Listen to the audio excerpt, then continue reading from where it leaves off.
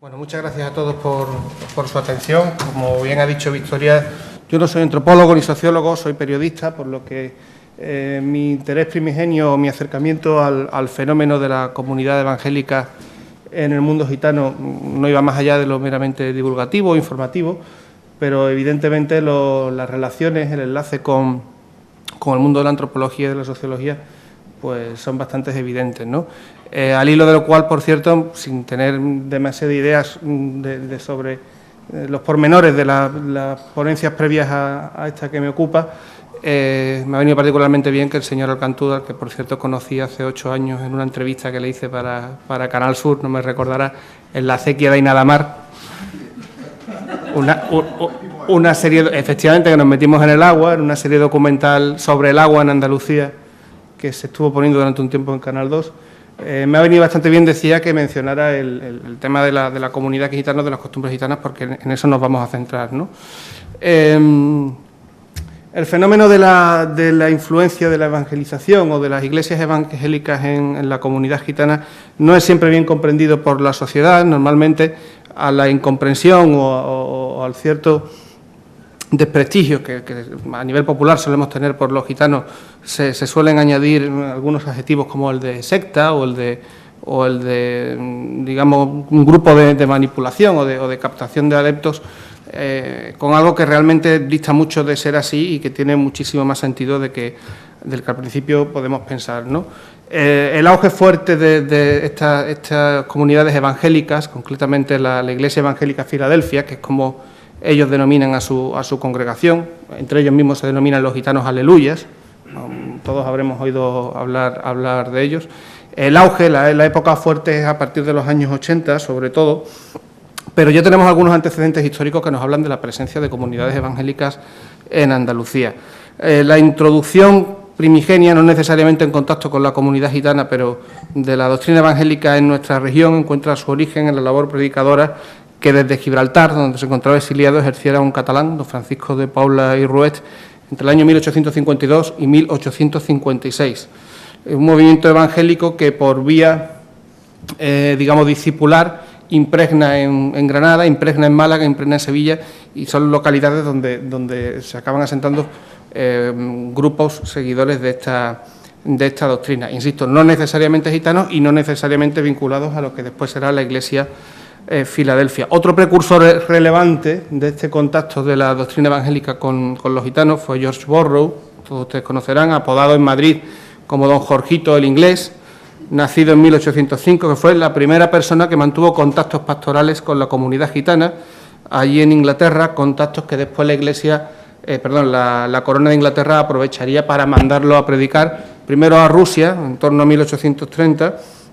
y posteriormente a España, en 1836, concretamente en Badajoz. Digamos que fue el primer gitano evangélico o primer predicador del evangelio entre los gitanos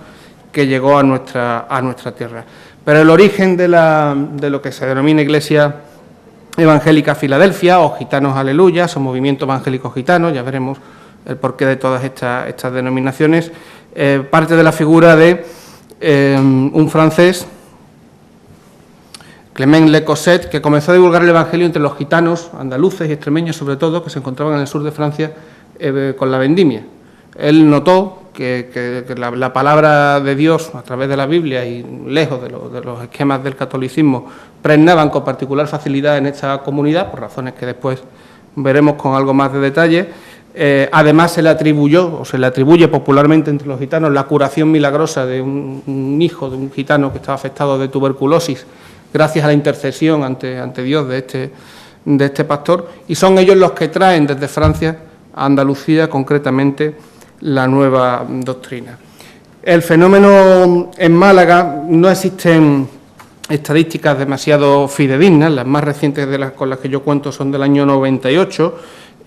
no existe tampoco mucha bibliografía al respecto, posiblemente la persona más especializada o que más información ha podido aportar al mundo académico sobre el fenómeno es la doctora Manuela Cantón Delgado, de la Universidad de Sevilla. Según los últimos datos estadísticos, decía, se calcula que... Aquí no se ve nada. se calcula que en torno a 13 congregaciones existen en la provincia, había unas 13 congregaciones en el año 98, hoy en día se calcula que son más de 30 en la provincia de Málaga, 7 solamente en la capital, ¿no? Desde el punto de vista de la denominación, la Iglesia Evangélica se define en España con el título de Movimiento Evangélico Gitano Español, y así es como se representa para ser aceptada y legalizada por el Ministerio de Justicia como asociación religiosa. Al ser rechazada con este título de movimiento, ahora veremos por qué, porque después escogen el de Iglesia Evangélica de Filadelfia. Hay quien considera que el título de movimiento es más adecuado por encima de Iglesia, entre ellos Juan García Viedma, porque la denomina como un movimiento porque es una iglesia pentecostal, una iglesia gitana y una iglesia joven. El nombre de Filadelfia es una denominación pentecostal cuyo nombre evoca la ciudad de Lidia, fundada por Atalo Filadelfo en Asia Menor. El apóstol Juan dirigió a esta iglesia una de las cartas a las 7 iglesias de Asia, en Éfeso, en Esmirna, en Pérgamo, en Tiatira, en Sardis, Filadelfia y la Odisea, según se recoge en el propio libro del Apocalipsis. Decir que la iglesia de Filadelfia está únicamente entroncada con la comunidad gitana es algo discutible y discutido, ¿no?, que diría Zapatero. En el caso de la península y de España, sí. No obstante, existen otras comunidades de Iglesia Filadelfia con bastantes adeptos y bastante éxito en Latinoamérica, sobre todo, y en la comunidad hispana de los Estados Unidos de América, ¿no?, en Florida y en California. Desde el punto de vista de la estructura, el principal rasgo que destaca en este tipo de movimientos es la flexibilidad absoluta. Muy propio de la cultura gitana es el desprecio a cualquier tipo de imposición o norma de carácter jerárquico o estamentario, y si bien existen determinados personajes que cumplen un papel importante dentro de la organización, lo cierto y real es que el pastor del barrio, el pastor de la pequeña comunidad, es a efectos prácticos, a efectos litúrgicos y sobre todo a efectos de la vivencia religiosa, la principal figura, la que realmente, el único vínculo existente, por decirlo de algún modo, entre el fiel y Dios. El pastor no es tan solo el proclamador del Evangelio y el distribuidor de los sacramentos, sino que es, sobre todo, el que ayuda particularmente a los miembros de la Iglesia a buscar y vivir la solución de sus problemas. Los que yo he conocido no se limitan únicamente a dar el culto o a leer la palabra de Dios en la Biblia durante el mismo, sino que está en permanente contacto con los fieles, tiene su teléfono puesto allí, acude a sus casas, los asesora en problemas no solamente de índole espiritual, sino de todo tipo de índole, y representa un poco, pues eso, no la imagen de Dios ante el fiel, pero sí un poco el enlace o la persona que mejor puede interpretar la voluntad de Dios en la vida del fiel, por razones que veremos mejor un poco más adelante. Es frecuente también este tipo de figura, habitualmente se presenta ante la comunidad y ante la opinión pública en general como alguien redimido, de alguna manera. Suele ser o bien un toxicómano que gracias a la intervención del Espíritu Santo ha conseguido abandonar la droga, o un antiguo delincuente que gracias a la intervención del Espíritu Santo ha dejado de serlo y se ha reconciliado con la sociedad, o un maltratador hacia su mujer o hacia sus hijos que gracias a la intervención del Espíritu Santo ha dejado de serlo, y utiliza su propia experiencia, su propia biografía, su propia vivencia personal a modo de ejemplo para ilustrar lo que es el mensaje de Dios en el mundo, ¿no? Ayuda, decía, incluso materialmente a todas las necesidades de la comunidad. Después existe la figura del predicador,